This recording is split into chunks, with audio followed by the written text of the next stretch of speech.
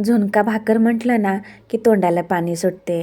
कारण महाराष्ट्रीयन खाद्यसंस्कृतीमध्ये झुणका भाकरीला आहे ना खूप महत्त्व आहे. जर आपण भाजीला काही नसेल ना तर नक्कीच झुणका भाकरी बनवतो. पण हा जो झुणका बनवलेला आहे ना तो मेथीची भाजी वापरून बनवलेला झुणका आहे बरं का. पण बाजरीच्या भाकरीसोबत, ज्वारीच्या भाकरीसोबत अप्रतिम लागतो. तुम्ही एकदा नक्की ट्राय करा ही रेसिपी. सर्वात प्रथम वाटण बनवून घेऊया ह्या रेसिपीसाठी. तर वाटणामध्ये फक्त हिरव्या मिरच्या आणि लसूणचं वाटण बनवून घेणार आहे. आता देऊया फोडणी. तर गॅसवरती कढई ठेवलेली आहे आणि अगदी 2 ते 3 चमचे तेल टाकलेलं आहे. तेलामध्ये मोहरी आणि जिरे टाकूया. ते सुद्धा छान अशी तडतडली गेली की यामध्ये लसूण आणि हिरव्या मिरचीचा ठेचा टाकून घेऊया. अगदी तिखटपणा दूर होईपर्यंत हा जो हिरव्या मिरचीचा ठेचा आहे ना तो तेलामध्ये परतून घ्यायचा आहे. जर तुम्हाला हवे असल्यास ना यामध्ये तुम्ही बारीक चिरून कांदासुद्धा टाकू शकता. पण इथे मी टाकलेलं नाही आहे कारण लसूणने आहे ना चव आहे ना खूप छान येते मेथीच्या भाजीला. यासाठी फक्त लसूण आणि हिरव्या मिरचीचा ठेचा यामध्ये मी वापरलेला आहे. लगेचच यामध्ये 3 ते 4 कढीपत्त्याची पानंसुद्धा टाकून घेतलेली आहे. आता यामध्ये टाकते हळद पावडर आणि अगदी थोडासा घरगुती मसाला. कारण आपण वाटणामध्ये ना हिरव्या मिरचीचा वापर केलेला आहे तेही खूप जास्त. यासाठी ते मी लाल तिखटचा अगदी थोडाफारच वापर केलेला आहे.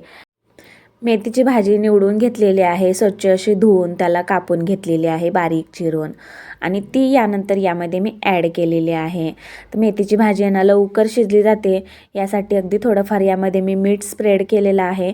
यानंतर अगदी 2 ते 3 मिनिटे वाट पाहूया. आफ्टर 2 ते 3 मिनिटांनंतर झाकण खोलून पाहूया आणि पाहू शकता मेथीची जी भाजी आहे ना ती छान अशी वाफली गेलेली आहे. म्हणजे कमीसुद्धा झालेली आहे. यानंतर यामध्ये आपल्याला ॲड करायचं आहे बेसनचं पीठ. तर आहे ना जेवढा ओलावा आहे ना तर तेवढ्यामध्येच आपल्याला हे जे बेसन आहे ना ते शिजवून घ्यायचं आहे. एक्स्ट्राचं पाणी करायचं नाही आहे. जर तुम्हाला असं पिठलं टाईप करायचं असेल ना तर करू शकता. पण मला सुक्का झुणका बनवायचा आहे. यासाठी इथे मी जास्त काहीसं पाणी शिंपडणार नाही आहे यावरती. तर बेसनचे जे पीठ आहे ना ते अगदी ह्याच्या गुठळ्या होऊ नये म्हणून थोडं थोडं करून असं स्प्रेड करून घ्यायचं आहे. आणि पाहू शकता व्हिडिओमध्ये मी कसं जे बेसन आहे ना ते कसं स्प्रेड करत आहे. अगदी त्याच्या काही फारशा अशा गुठळ्या होत नाही आहे. आणि सारखं असं हलवत राहायचं आहे. मिक्स करत राहायचं आहे. जेणेकरून बेसनचे जे आहे ना ते अशा गाठी होणार नाही आहेत यासाठी.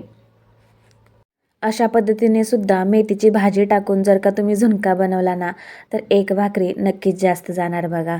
खरंच खूप चविष्ट लागतो, अप्रतिम लागतो आणि ज्वारीच्या भाकरीसोबत म्हणाल तर कमालच लागतो. तर बेसन टाकल्यामुळे आणखीन थोडंफार मीठ जे आहे ना ते आपल्याला टाकावंसं लागणार आहे.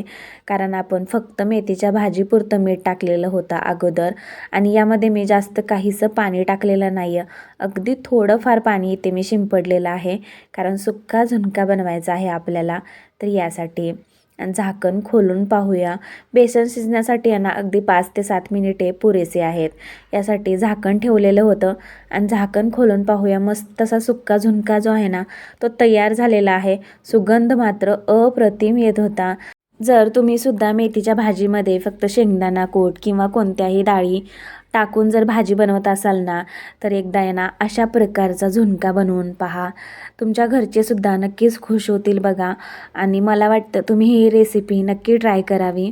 आणि सर्वात शेवटी टाकलेली आहे कोथिंबीरसुद्धा मिक्स करून घ्यायची आहे यामध्ये. आणि झाले ना मंडळी, मेथी झुणका आपला तयार. अगदी झणझणीत असा होता आणि आम्ही तर खूप एन्जॉय केला. तर माझ्या रेसिपीज तुम्हाला आवडत असतील तर लाईक करा, शेअर करा आणि अशाच नवनवीन रेसिपी पाहण्यासाठी फूडी रोहिणीला सबस्क्राईब मात्र नक्की करा. भेटूया पुढच्या रेसिपीसोबत. तोपर्यंत हेल्दी खा आणि हेल्दी राहा. धन्यवाद.